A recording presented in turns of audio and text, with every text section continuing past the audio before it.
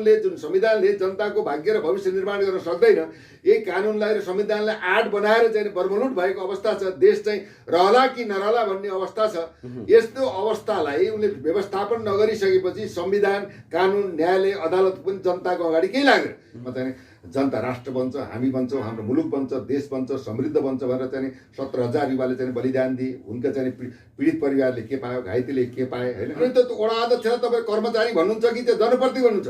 जनप्रतिनिधि भनेको पोलिटिक्स हो, होइन? राजनीति भनेको चाहिँ सेवा हो, राष्ट्र बनाउने हो। देशमा भएका विसङ्गति, विकृति, अन्याय, अत्याचार, भ्रष्टाचार, शिक्षा, स्वास्थ्य, घाँस, बाँस, कपास मर्नु पर्यो, होइन? अब तपाईँको चाहिँ सुत्केरीले ल्याउँदै साधन नभएर जाजरकोटमा सुत्केरी बाटैमा मर्नु पर्यो। होइन, आज एउटा 28,000 को किस्ता 10 गतेभित्र तिर्न बाध्य बनायो, तिर्न नसक्ने भए भनेर आत्महत्याको प्रयास गर्यो भन्ने न्युज पनि आइरहेछ। यस्ता घटिरहेका छन् घटनाहरू। पहिला त्यो लघुवित्तले टर्चर गरेर झापामा 2 जना मान्छे मरेको छ। धेरैले भनिरहेका छन् दुर्गा प्रसाईको आन्दोलन तुइयो। के वास्तविकतामै दुर्गा प्रसाईको आन्दोलन तुएको हो त? अब दुर्गा प्रसाई कहाँ चुके? आज यही विषयमा केन्द्रित रहेर हामी चिरफार गर्नेछौँ। आज हामीसँग कुराकानीमा जोडिनु भएको छ बहुआयामिक व्यक्तित्व हुनुहुन्छ, राजनीतिक विश्लेषक, दुर्गा प्रसाईको अभियानलाई साथ सपोर्ट गर्दै पनि हुनुहुन्छ उहाँ पूर्व डिएसपी केपी शर्मापन्थी हामीसँग कुराकानीमा जोडिनु भएको छ। डिएसपी साहब, सम्पूर्ण मिडियामा स्वागत छ। धन्यवाद। जय जननी, जय मातृभूमि। के छ, आराम हुनुहुन्छ? आरामै छु। जसरी इन्डियामा सिङ्गम ब्याक टु ब्याक त्यो फिल्म हिट हुँदै गर्दाखेरि नेपाली सिङ्गम दुर्गा प्रसाई कहाँनिर चुके? अभियान त तुइयो भन्छन् नि अहिले जनताहरूले। के छ भन्दाखेरि तपाईँको सनै पन्था सनै कन्था सनै पर्वत लन्घनम सनैर विद्या सनैर तानी पञ्चतानी सनै सनै भन्छ कि। हेर्नुहोस्, विद्या पनि बिस्तारै आर्जन गर्ने चिज हो, पहाड चढ्दा पनि बिस्तारै चुचुरोमा पुग्ने कुरा हो, होइन? आफ्नो भाग्य निर्माण गर्दाखेरि पनि अब समय लाग्छ। यो के भन्दाखेरि एउटा देशका नेतृत्वहरूले आफ्नो चाहिँ आफूलाई दिएको, जनताले दिएको जनसम्मानलाई, होइन, अब सम्बोधन गर्न नसकेर देशको चाहिँ बहुआयामिक परिस्थितिबाट चाहिँ देश एउटा चाहिँ के भन्दा दिनानुदिन एउटा जर्जर बर्बर आर्थिक अभावहरू चाहिँ विभिन्न खालको भ्रष्टाचार, विभिन्न खालका काण्डबाट ताण्डव नृत्य भएको अवस्थालाई जनताले स्वस्फूर्त रूपमा अहिलेका नेतृत्वहरूलाई अब सचिएर देश बनाउने कि अब चाहिँ के भन्दा सत्ता छोड्ने भन्ने खालको सन्देश चाहिँ दिएको यो चाहिँ अभियान पनि हो। यो अभियान आफैमा चाहिँ दुर्गा प्रसाईको नेतृत्व त भए तापनि उनको एजेन्डा भनेको जनमुखी एजेन्डा हो, राष्ट्रमुखी एजेन्डा हो र वित्तीय अनुशासनलाई मिलाउने कुरा हो। जस्तो ऋण लिएर तपाईँको चाहिँ के भन्दा ब्याङ्कले 7% दिएर चाहिँ के भन्दाखेरि चाहिँ ब्याङ्क भयो, लघुवित्त भयो, सहकारी भए यीहरूबाट चाहिँ 18, 38, 36% मिटर ब्याज समेतका पीडाले दिनानुदिन मान्छे मरिरहेको अवस्था हो। यसरी जनता देशमा आर्थिक क्रान्ति नभइकन विकास सम्भव हुँदैन। अर्थतन्त्र डामाडोल भएको अवस्थामा राज्यले कुरालाई सम्बोधन गरोस् र चाहिँ सुरक्षित भएर चाहिँ जनताका चाहिँ आवाजहरूलाई मुखरीकृत गरोस् भन्ने हिसाब किताबमा यो जनआवाजको चाहिँ एउटा पीडा बोधक चाहिँदै के भन्दा जनउपस्थिति हो। हेर्नुहोस्, तुइनु बढ्नु भन्दा पनि सुरुवात त एउटा भयो नि त। यो आन्दोलन त रोकिँदैन। हेर्नुहोस्, किन रोकिँदैन भन्दाखेरि तपाईँको चाहिँ अहिले चाहिँ सरकारले तपाईँको आफू चाहिँ जनमुखी चाहिँ एजेन्डा र जनमुखी कार्य गर्न सकेको अवस्था छैन। आज तपाईँको चाहिँ के भन्दा आज चाहिँ यो सरकारले बुझ्नुपर्ने अभिभावकीय दायित्व निर्वाह गर्नुपर्ने तपाईँको चाहिँ के भन्दा 4 अरब चाहिँ के भन्दा दैविक विपत्ति आपतकालीन चाहिँ कोष पनि खडा राज्यमा छ।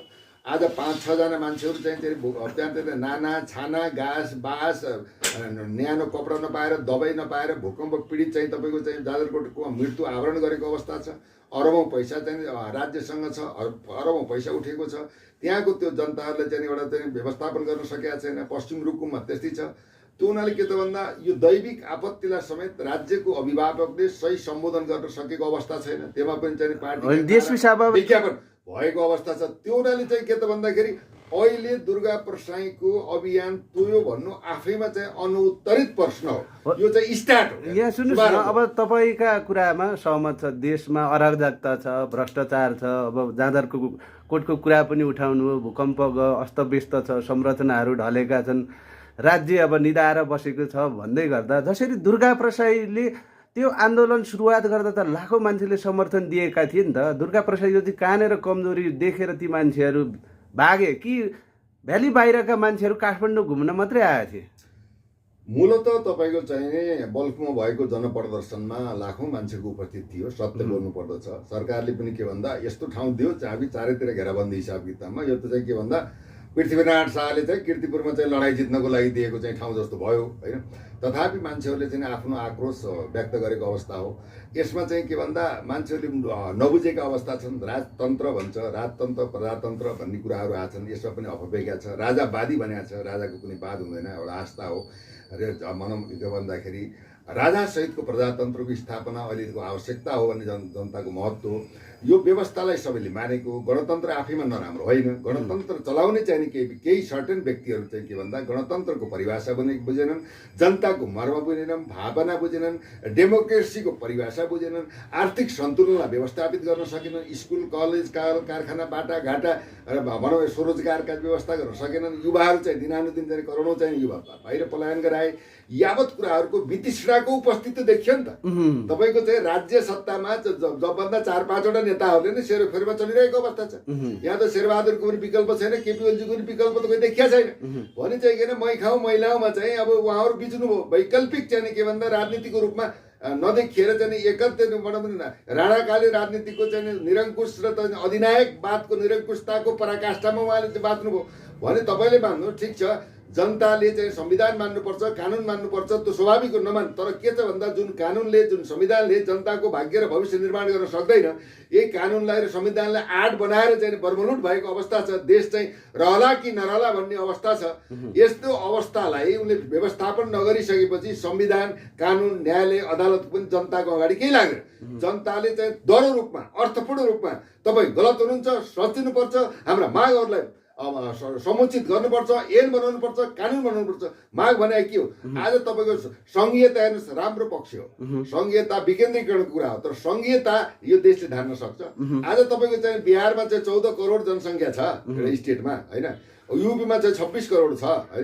नेपालमा 3 करोड पनि हाराहारी पुग्दैन। हिसाब गर्ने भने 1.5 करोड जनसङ्ख्या छ। इन्डिया त तपाईँको अब पपुलेसनको हिसाबले पनि भौगोलिक हिसाबले पनि नेपालभन्दा 22 गुणा ठुलो छ। त्यो सङ्घीयताको त अपरिहार्यता होला। यस कुरामा त म नि सहमत छु। नेपालको हिसाबमा सङ्घीयतालाई नराम्रो भने होइन, सङ्घीयताको व्यवस्थापन, कार्य सम्पादन, आय स्रोत, राजस्व, यावत कुरो विकास, निर्माण, वैभवशाली चाहिँ परिस्थितिको कुराहरू हुनु पर्यो नि। अर्काले दिएको संहिता, अर्काले दिएको पैसा बाँडेर पार्टीका कार्यकर्ता पालेर सङ्घीयताको संरचना ठिक छ भन्न मिल्छ यदि सानो देशमा? त्यसैले यो विखण्डनको अवस्था भयो। 7वटा चाहिँ प्रदेश भयो। यी प्रदेशबाट चाहिँ केही काम लाग्दैन।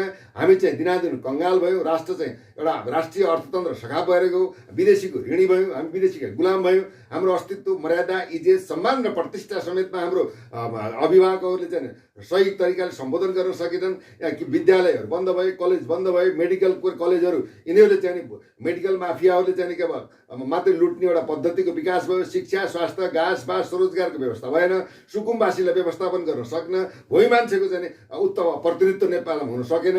यो चाहिँ प्रजातन्त्र गणतन्त्रको नाममा के भन्दा लुट्ने मात्रै परिस्थिति जानु। त्यसैले अब तपाईँहरू सत्तामा हुनुहुन्छ, बाँडी चुडी गरेर चाहिँ होइन खानु भएको छ, यो खानु भएन। देशलाई बनाउनु पर्यो, जनताको भाग्य र भविष्य निर्माण गर्नु पर्यो, देश रहनु पर्यो, मुलुक बन्न पर्यो, समृद्ध हुनु पर्यो। यहाँको नागरिकले चाहिँ के भन्दा एक छाक खाएर बस्न, आफ्नो परिवार पाल्न सक्ने चाहिँ सहुलियत र सुविधाको व्यवस्था गर्नु पर्यो। कल कारखाना खोल्नु पर्यो। विभिन्न खालको चाहिँ के भन्दा प्राकृतिक सम्पदाहरूलाई विश्व बजारमा लगेर अर्थतन्त्र बलियो बनाउनु पर्यो। दोस्रो पानी चाहिँ जल भण्डारको रूपमा रहेको विद्युतीय कुराहरूलाई हरेक योजनाहरूबाट चाहिँ विदेशमा बिजुली बेचेर चाहिँ गर्नु पर्यो। यहाँ त चाहिँ के भन्दा आफ्ना माडे व्यापारी सबैलाई चाहिँ अहिले बिजुलीको चाहिँ तपाईँको त्यो बिलको पैसा तिर्न चाहिँ 32 अर्ब चाहिँ बाँकी नै छ। अब तपाईँको 5-7-8 खर्ब चाहिँ यिनले चाहिँ के भन्दाखेरि अब यही चाहिँ चुहावटमा लगाएका छन्। राजस्व तपाईँको 7 खरब उठ्दैन, 17 खरबको चाहिँ 18 खरबको बजेट चाहिँ विनियोजन हुन्छ।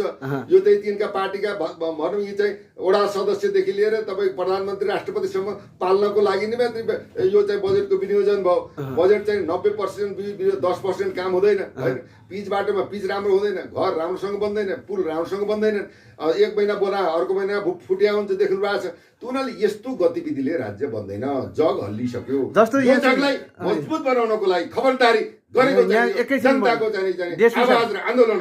तपाईँ उत्तेजित नहुनुहोस्, मैले एकैछिन रोकेँ। जसरी यो व्यवस्थै मान्दिनँ भनेर हिँडिसकेपछि यिनै व्यवस्थाका ठेकदारहरू, राज्य सत्ताले निषेधाज्ञा जारी गरे माइती घरदेखि बानेश्वरसम्म। त्यस पछाडि दुर्गा प्रसाईलाई बल्खुमा अनुमति दियो। लुरुक्क परेर त्यहाँ गएर आन्दोलन गरे। अब अर्कोचोटि नागढुङ्गा तपाईँको नौबिसे चितवन सिरा पुऱ्याएर झापामा पुगेपछि दुर्गा प्रसाईको आन्दोलन सीमित हुन्छ।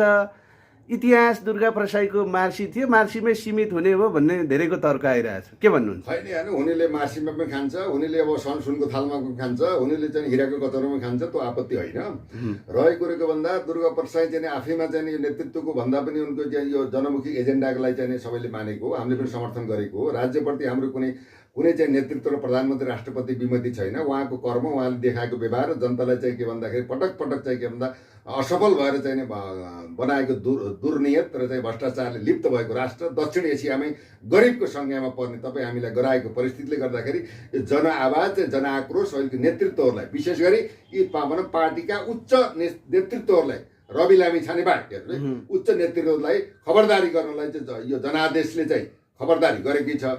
उहाँले चाहिँ के भन्दा दमन गरेर यस्तो पनि हुन्छ त भनेर हेर्नु, यो विश्वमा क्रान्ति भयो, शान्तिपूर्ण आन्दोलन चाहिँ के भन्छ विध्वंसमा परिणत पनि हुन्छ। हेर्नु, अब निषेधित क्षेत्रमा गएको थिए, अब त्यसलाई त्यहाँ फर्काए पनि हुन्थ्यो। त्यहाँ झन्डा राष्ट्रिय झन्डा जस्तो महत्त्वपूर्ण राष्ट्रको जुन प्रतिनिधित्व गर्ने चाहिँ राष्ट्रिय झन्डा समेत चाहिँ के भन्दाखेरि यो सरकारले चाहिँ त्यो राष्ट्रिय झन्डा बोकेला पनि एरेस्ट गरेको छ। अब तपाईँको ढाका टोपी लगाएकोहरू एरेस्ट गरेको छ, कोट लगाएकोहरू एरेस्ट गरेको छ। तपाईँ वृद्ध चाहिँ 85 वर्षका चाहिँ वृद्ध बुवा आमालाई पनि एरेस्ट गरेको छ। यसले त सरकारको कमजोरी देखियो। तपाईँको महिनौँ दिनसम्म निषेधाज्ञा जारी गर्छ। अब ठाउँ चाहिँ एक ठाउँ भएको अरू ठाउँ तोकिदिन्छ। अब तपाईँको चाहिँ सामाजिक सञ्जालबाट मान्छेको प्रतिभा विकास भयो, 2 पैसा कमाएका थिए, आफ्नो रमाएका थिए। अब टिकटकको जो विसङ्गति विकृतिलाई चाहिँ कानुनबाट नियमन गर्नुपर्नेमा चाहिँ टिकटकै बन्द गराएको छ, भोलि फेसबुक बन्द गर्ला, युट्युब बन्द गर्ला, कतिपय चाहिँ मिडियाहरूलाई बन्देज गराएर चाहिँ वार्निङ पनि गरेको अवस्था छ। यो अवस्था व्यवस्था परिस्थिति देख्दाखेरि त राज्यको त के भन्दा अहिले चाहिँ हाम्रो गल्ती भएकै हो भन्ने कुरा त आत्मसमीक्षा गर्ने बेला आएको।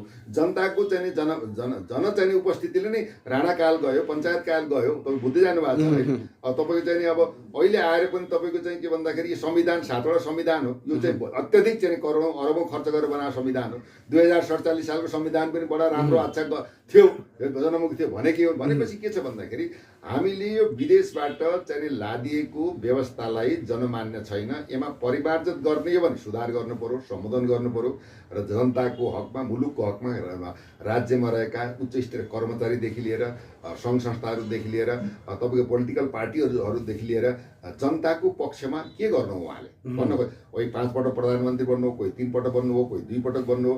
उही जहिले पनि चाहिँ अब के भन्दा शेरबहादुर देउवा, जहिले पनि केपी शर्मा ओली, जहिले पनि भनौँ यी पुनरावृत्ति भएको छ। नयाँ अनुहार छैन, विकल्प छैन। उहाँले नै चाहिँ देशलाई के यस्तो खालको 34 वर्षसम्म चाहिँ शासन गर्नु, 18 वर्ष त गणतन्त्र भयो। गणतन्त्रमा चाहिँ जनता राष्ट्र बन्छ, हामी बन्छौँ, हाम्रो मुलुक बन्छ, देश बन्छ, समृद्ध बन्छ भनेर चाहिँ 17,000 युवाले चाहिँ बलिदान दिए। उनका चाहिँ पीडित परिवारले के पायो, घाइतेले के पाए, होइन, अपाङ्गले के पाए, जसले सिन्दुर पुछेको छ उसले के पाए। यावत कुराहरूलाई शान्ति सम्झौताबाट व्यवस्थापन गर्न सकिएन। जसले चाहिँ के भन्दा यो त्यो सत्तालाई परिवर्तन गर्नको लागि ज्यानको बाजी लगाए, तिनीलाई चाहिँ अयोग्य लडाइको भनेर चाहिँ के गरियो भन्दा बहिर्गमन गरियो। तिनीहरूको व्यवस्थापन हुन सकेन। अलिअलि व्यवस्थापन भएको पनि चेक तानातान भयो, लुटालुट भयो। 33 अरब नै घोटाला भएको कुराहरू, समायोजन व्यवस्थापनमा भएका कुराहरू पनि चाहिँ बजारमा आएकै छैन। कोही चोखो छैन भने यस्तो भद्रगोल सिस्टम बिनाको देश, नीति बिनाको देश, अभिभावक बिनाको देश, यो त छाडातन्त्र भयो। यो छाडातन्त्रलाई व्यवस्थित गरेर नैतिक चाहिँ राज्य, अनुशासित राज्य, मर्यादित राज्य र निष्ठासहितको राजनीति, सिद्धान्तसहितको राजनीति, जनमुखी राजनीति, जनमुक्तिको चाहिँ विकास, समुन्नतिको चाहिँ बाटोमा यिनीहरू चाहिँ चुके। त्यो चुकेपछि के भन्दाखेरि जनताको आवाज, यो प्रदर्शित आवाज हो, यो सुरुवात हो। जस्तो अब दुर्गा प्रसाई होइन, अब सिधै सिंहदरबार छिर्ने, बालुवाटार छिर्ने, शीतल निवास छिर्ने, शीतल संसद भवन छिर्ने भनेर गर्विलो साथ भाषण गर्दै हिँड्ने व्यक्ति पछिल्लो समय बल्खु, त्यस पछाडि तिनकुने, त्यस पछाडि सिफल, आज त भक्तपुरमा बाइक र्याली निकालेछन्।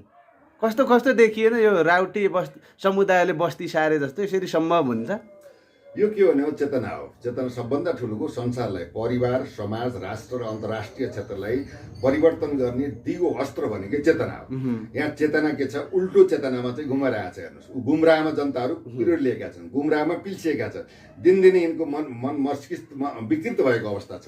त्यसले गर्दाखेरि चाहिँ के भन्दा अब यो चाहिँ एन्डिङ होइन, स्टार्टिङ हो। हेर्नुहोस् है, मर्निङ सो द डे भन्छ हेर्नुहोस् होइन, स्टार्ट त भइसकेको छ। तथापि चाहिँ नि यो राज्यलाई खबरदारी हो, तर तपाईँले त्यही व्यवस्था राख्नुहोस्। जनतालाई चाहिँ जनमुखी चाहिँ नि मागका सम्बोधन गर्नुहोस् न, सङ्घीयता खारेज गर्नुहोस्। आज चाहिँ 94% चाहिँ नि एउटा सनातन हिन्दू राष्ट्र भएको पहिचान भएको देशलाई समाप्त गर्नुभयो, त हिन्दू राष्ट्र कायम गर्नुहोस् होइन। जे भए पनि तपाईँको के त भन्दाखेरि राजा, मैले भने पटक भन्ने आएको छु कुरा, मलाई अहिले पनि आउँछ, हत्ती बिनाको हस्तिनापुर, वृन्दावन बिनाको बाँदर बिनाको वृन्दावन, मेरुदण्ड बिनाको शरीर र राजा बिनाको देश विलय हुन्छ। आज 54वटा राष्ट्रमा राजाहरू छ। आज त्यही रात Dubai, Qatar, Norway, Thailand, Japan, बेलायत यावत ठाउँमा चाहिँ नेपालीहरू गएर त्यहाँ काम गर्नु, राजाले शासन गरेको काम विकसित राष्ट्र भएका छन्। एउटा राजालाई स्पेस दिनलाई यिनलाई आपत्ति के हो? यिनको चाहिँ 5 बजे सम्झौतामा पनि चुकिसकेका छन्। देशले न्याय पाएन, राजाले न्याय पाएन भने चाहिँ नि जनताले न्याय दिन खोजेको अवस्था हो। र तपाईँ अभिभावक हो कि तपाईँ व्यापारी हो कि ठेकदार हो कि कम्पनी चलाएर व्यापार गर्नलाई राजनीति गर्नुभयो। राजनीति भनेको तपाईँको के भन्दाखेरि राजनीति भनेको त सेवा हो नि। आज चाहिँ कुन विश्वमा चाहिँ जनप्रतिनिधिले पैसा खाने, तलब खाने? आज त यही तलबमा चाहिँ अरबौँ चाहिँ पैसा चाहिँ गइरहेछ। अब जनप्रतिनिधि हुन त वडा सदस्यदेखि तलब भत्ता खान्छ भने त वडा अध्यक्ष तपाईँ कर्मचारी भन्नुहुन्छ कि त्यो जनप्रतिनिधि भन्नुहुन्छ?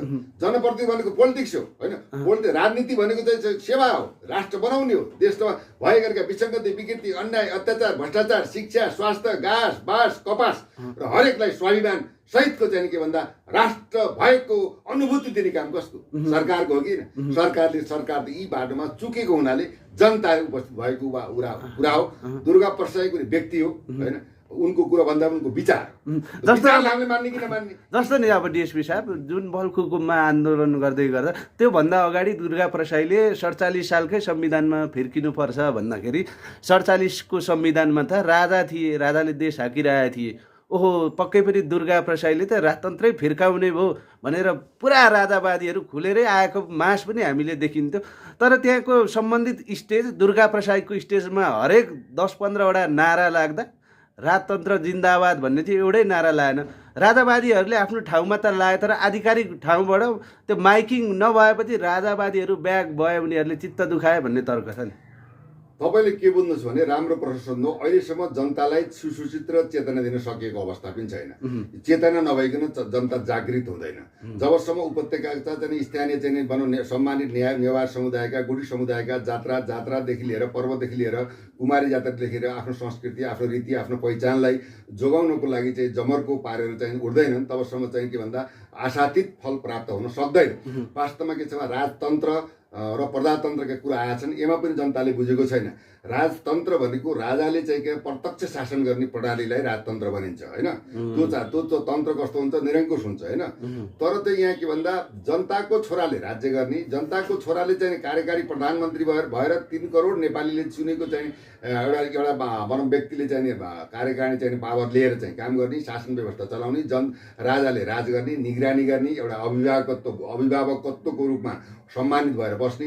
यदि राष्ट्रमा गलत सन्धि सम्झौताहरू हुन्छन्, देशलाई चाहिँ विलयन हुने अवस्था हुन्छ र देशको चाहिँ अस्मिता, अखण्डता, राष्ट्रियता, अक्षुण्णतामा चाहिँ र जनतामा चाहिँ कुठाराघात हुन्छ भने त्यस्ता कुराहरूलाई रोक्ने एउटा दायित्व, एउटा डर भएन। त्यसैले त्यो रिक्त रहेको ठाउँमा राजालाई सम्मानित गरेर 2047 सालको संविधानमा जसरी राखिएको थियो त्यो हिसाबमा चाहिँ हुँदाखेरि त्यो नागरिकता विधेयकमा पनि तत्कालीन राजा चाहिँ वीरेन्द्रले चाहिँ के भन्दा सर्वोच्चको आदेश लिएर त्यो नागरिकता विधेयक खारेज भएको अवस्था पनि थियो।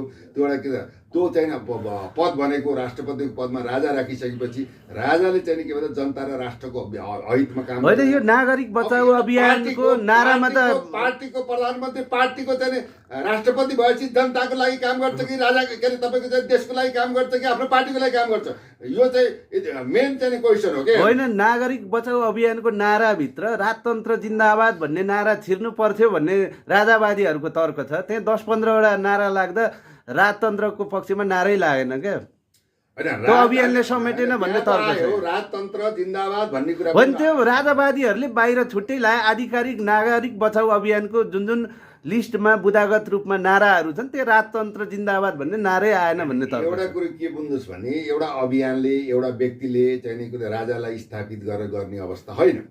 राजालाई सम्पूर्ण चाहिँ नेपालीहरूले चाहिँ अभिभावकत्व, उहाँको इतिहास, उहाँको पुर्खाको चाहिँ वातावरण, राष्ट्रप्रेम, मुलुक माटोको चाहिँ सम्मान गर्नको लागि यो छाडा प्रवृत्तिमा गएको, अर्थतन्त्र डामाडोल भएको, देश नै सेफ ल्यान्डिङमा जान लागेको अवस्था।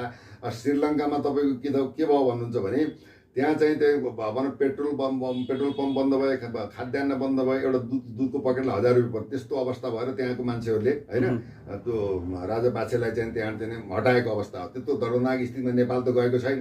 त्यो हुनाले के भन्दा त्यो सम्भावना हुनसक्छ, त्यसैले सच्याउँ, सुध्रियौँ र व्यवस्थापन गरौँ। राज्य कोषमा भएको कुरा सही सुधार्नु। अहिले किन हामीलाई भ्यू टावर चाहियो? किन हामीलाई भ्यू टावर चाहिँ? हामीलाई त कल कारखाना चाहियो, एउटा मेडिकल कलेज चाहियो होइन, अथवा भनौँ एउटा शिक्षालय, राम्रो चाहिँ उन्नत खालको शिक्षालयहरू चाहिए होइन, स्वास्थ्य चौकीहरू चाहिए, घाँसबास कपासको ग्यारेन्टीका कुराहरू चाहिए भने अहिले भ्यू टावर बनाएका छन्। मुख्यमन्त्री चाहिँ तपाईँको चाहिँ यस्तो चाहिँ सङ्घीयता, महँगो सङ्घीयतालाई मुख्यमन्त्रीले अरबौँको चाहिँ त्यता चाहिँ भवन बनाएका छन्। अहिले प्रधानमन्त्रीको नयाँ भवन बनेको छ, ठिक छ, देशको प्रधानमन्त्रीलाई त्यो बनाएमा हाम्रो आपत्ति छैन। तर अहिलेको आवश्यकता के हो? जनताले के चाहिरहेका छन्, देशले केलाई के चाहिरहेको छ, हामी केमा चुकेका छौँ, हामीले कुन मेन्डेट एजेन्डा जनतालाई दिएर हामीले चाहिँ सदनमा आएका हौँ, हामीले के दियौँ, के पायौँ, के लियौँ, के गुमायौँ र चाहिँ जनताको नजरबाट हामी किन गिर्यौँ भनेर यो राष्ट्रका राष्ट्रिय पार्टीका नेतृत्वले यसलाई बहसको विषय किन बनाएन? विकासको बहस किन भएन? जनताको भाग्य र भविष्य निर्माण गर्ने शिक्षाको गुणस्तरीयताको बहस किन भएन? 12 क्लास पढाएपछि चाहिँ बाहिर चाहिँ पासपोर्ट लिएर पढाउने प्रवृत्ति के हो? तर एउटा चाहिँ कृषि प्रधान देश बनाएको छ, एउटा युरियाको मोलको कारखाना छैन, 2 किलो मल लिन जानको लागि 2 घन्टा लाइन लाग्न पर्छ। दसैँमा चिनी नपाएर हेर्नुहोस्, तराईतिर चाहिँ 60, 70, 80मा पाइने, यहाँ 150मा पनि चिनी पाइएन। पनि यस्ता जनताको आवश्यकताको भनौँ दाल भात तरकारी, भनौँ पिठो नुन चामल बेसार होइन, जनताका उपभोग्य ग्यास होइन, पेट्रोलियम पदार्थ यावत कुराहरूमा जनताको चाहिँ नि हकमा राज्यले महँगी बढाएको छ। दिन प्रतिदिन चाहिँ के भन्दा दिन 2 गुणा रात 4 गुणा भइसकेको छ। कहिले 4 दिन चाहिँ पेट्रोल बढाउँछ, अरबौँ लुट्छ, त्यहाँबाट घटाउँछ, फेरि बढाउँछ, घटाउँछ। यो त के भन्दा मुसा र बिरालोको खेल भयो नि। जनताले त बुझिसके भने जनताको हकमा निर्वाचित गरेर देशको बागडोर जिम्मा दिएका राज्य सत्तामा बस्ने नेतृत्व प्रधानमन्त्री मन्त्रीहरूले किन चुके? मन्त्री बनिसकेपछि घुम्न जानुपर्ने, हेर्नु अरबौँ चाहिँ औषध उपचारमा खर्च भएको छ। जनताले चाहिँ सिटामोल खान नपाएर मरिरहेको छ। तपाईँले देख्नु भएन? उपचार नपाएर चाहिँ तपाईँको चाहिँ वीरस्टल 7 तलाबाट हाम फालेर मऱ्यो। एउटा बच्चीको चाहिँ कान्ति अस्पतालमा उपचार समय नभएर मर्नु पर्यो होइन। अब तपाईँको चाहिँ सुत्केरीले ल्याउँदै साधन नभएर जाजरकोटमा सुत्केरी बाटैमा मर्नु पर्यो होइन। आज एउटा 28,000 को किस्ता 10 गतेभित्र तिर्न बाध्य बनायो, तिर्न नसक्ने भए भनेर आत्महत्याको प्रयास गर्यो भन्ने न्युज पनि आइरहेछ। यस्ता घटिरहेका छन् घटनाहरू। पहिला त्यो लघुवित्तले टर्चर गरेर झापामा 2 जना मान्छे मरेको छ, अस्ति भर्खर कुरा हो भने। अब यो कुराहरू जनतालाई बचाउने, जनतालाई मार्ने, यो त राज्यको भूमिका हो नि। यसमा के ठुलो कुरो छ? अहिले चाहिँ हामीले थाहा संहिता खारेज गर फर्स्ट फेजमा। दोस्रो फेजमा के गरेर भन्दाखेरि लघुवित्त मिटर ब्याजी, अब जो छ मिटर ब्याजीलाई कारबाही गरेर लघुवित्त र सहकारीमा जुन चर्को ल्याएछ ती चाहिँ ठगहरूलाई यिनको चाहिँ राज्य सम्पत्ति चाहिँ के राष्ट्रियकरण गरेर उनलाई अनुमति दिउँ। ब्याङ्कमा भएको ब्याज पीडितहरूलाई फिर्ता गरौँ। ब्याङ्कमा भएको ब्याज तपाईँको चाहिँ जनताको पैसा चाहिँ तपाईँको 7-8-6% राख्ने। अब चाहिँ त्यही पैसा जनताको पैसा चलाएर चाहिँ 28, 29, 18% ट्रिबल चौबल चाहिँ ब्याज खाएर चाहिँ त्यो जनतालाई चाहिँ मार्नुभयो। त्यसैले यसले एउटा नीति बनाऊ। ठुलो कुरो ल ठिक छ, आजसम्म चाहिँ कसैको जग्गा लिलाम पनि हुँदैन। अब चाहिने 10 वर्षभित्र मासिक रूपमा 6%ले यसरी बुझाउने भनेर नीति बनाइदेऊ न। उनले ऋण नतिरो भन्ने कुरो होइन, ऋण उठाउ न। मैले भनिसकेँ 32 अरब त चाहिँ बिजुलीको मात्रै महसुलले बुझाउनु बाँकी छ। अब अरू चाहिँ कर महसुल यताउति एनसेल सेन्सेल जति छ नि काण्डहरू भनि नसार्ने, यिनको समष्टि गर्ने भने 7-8 खरब पैसा उठ्छ। राजा महेन्द्रले पनि त 28 सालमा किसानहरूको चाहिँ ऋण मिना गरेको इतिहास छ नि त, नजिर बनाएको छ नि त। त्यो उनीहरू चाहिँ के त भन्दा ऋण नतिर्ने होइन, ऋण ल्याएपछि तिर्नै पर्छ। त्यो दायित्व पनि हो, भूमिका पनि हो, त्यो नागरिक जिम्मेवारी हो। तर अहिले त्यो राष्ट्रको यो कोरोनादेखि लिएर त्यो व्यापार घाटादेखि लिएर सारा चाहिँ चौपट भएको अवस्थामा जनतालाई बचाउनको लागि ऋण तिर्नको लागि 10 वर्ष योजना बनाइदिऊ, 15 वर्ष योजना बनाइदिऊ। 28-29% होइन 7%, 6% दिने एउटा वातावरण बनाऊ, एग्रिमेन्ट बनाऊ, जनतालाई त्यही घरमा बस्न दिऊ, लिलाम नगराऊ, हामी बाँचौँ, हामीलाई बाँच्न देऊ, हामीलाई झुन्डेर नमार।